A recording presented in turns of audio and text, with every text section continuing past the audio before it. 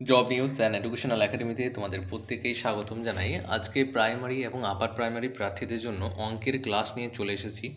আজকের অঙ্কের class number 1 এবং আমরা আজকে সংখ্যা তত্ত্বটা পড়ব এবং এই সংখ্যা তত্ত্ব থেকে যে সমস্ত প্রশ্নগুলো বিগত বছরে এসেছে সেই সমস্ত প্রশ্নগুলোই নেওয়া হয়েছে।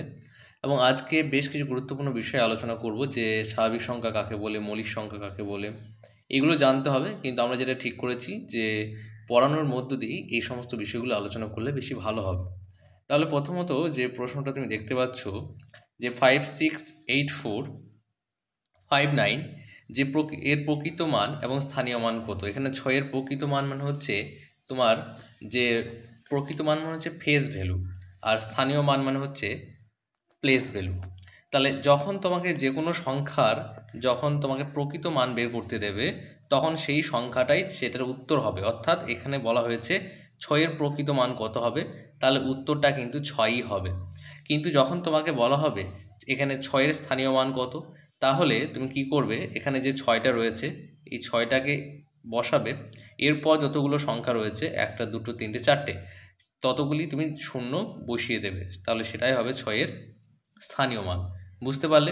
এবার যদি তোমাকে বলে, উদাহরণস্বরূপ বলছি, যে এখানে তোমাকে যদি এটা তোমাকে বলা হয় 8-এর প্রকৃত মান কত, তাহলে উত্তর কিন্তু 8ই হবে। যদি বলে 8-এর স্থানীয় মান কত, তাহলে 8 লিখবে, তারপরে কতগুলো সংখ্যা আছে দেখো 1 2 3, তারপরে শূন্য তুমি বসিয়ে দেবে। এটা হচ্ছে শর্ট ট্রিক। আর পরীক্ষায় শর্ট ট্রিক যদি ব্যবহার না করো তাহলে কিন্তু তোমার জানা অঙ্কও কিন্তু করে আসতে পারবে না, হাতে তো সময় থাকবে না। সময়টা খুব গুরুত্বপূর্ণ। এর পরের প্রশ্ন দেখে নেব।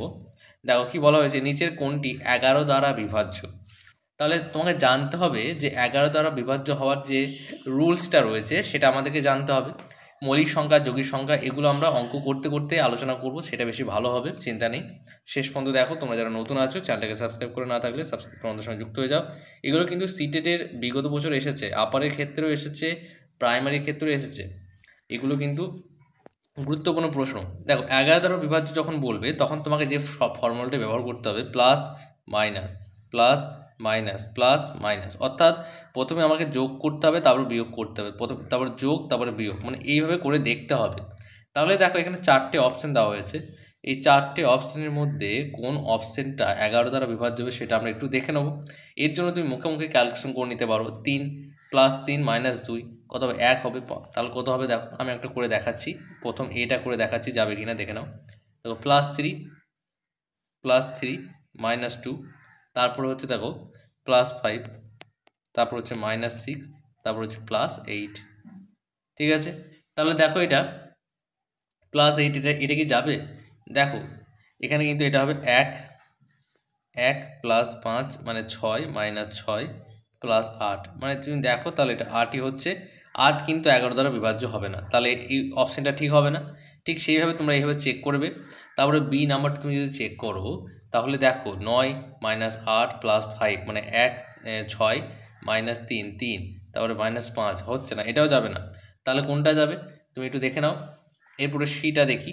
সিটা 7 + 7 সরি দেখো +7 -7 +3 -5 +4 -2।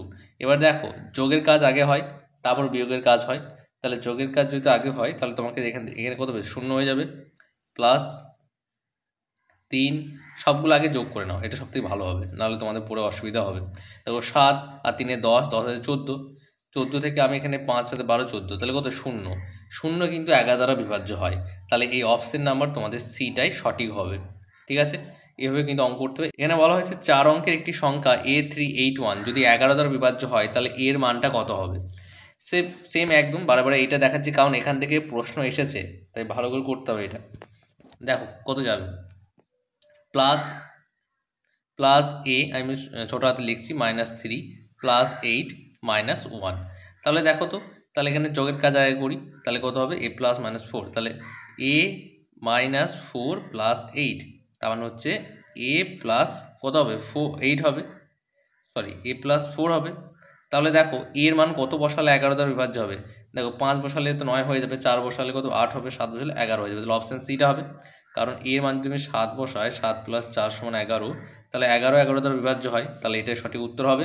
তাহলে বুঝতে পারলে দেখো এর পরের প্রশ্নটা কি বলা হয়েছে, 1 থেকে 100 পর্যন্ত 7 দ্বারা বিভাজ্য সংখ্যা কতগুলো রয়েছে। তার আগে বলে রাখি আমাদের ব্যাচ শুরু হয়ে গেছে, আপারের ব্যাচ, প্রাইমারি নতুন পরীক্ষার ব্যাচ। তোমরা যদি ব্যাচে ভর্তি হতে চাও এখন থেকে ভর্তি হয়ে যাও।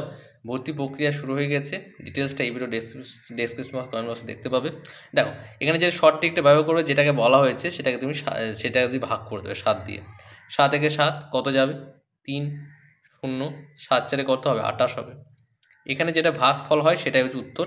তাহলে এখানে উত্তর কত হবে, এখানে উত্তরটা হবে অপশন নাম্বার সিটা, এটা 14 হবে তোমাদের সঠিক উত্তর। ঠিক আছে, এরকম অঙ্ক আমি নিয়ে আসবো, তোমরা জানাও কেমন লাগলো। আর তোমাদের যে যত প্রশ্ন রয়েছে কমেন্ট বক্সে করো, সমস্ত প্রশ্ন উত্তর পেয়ে যাবে।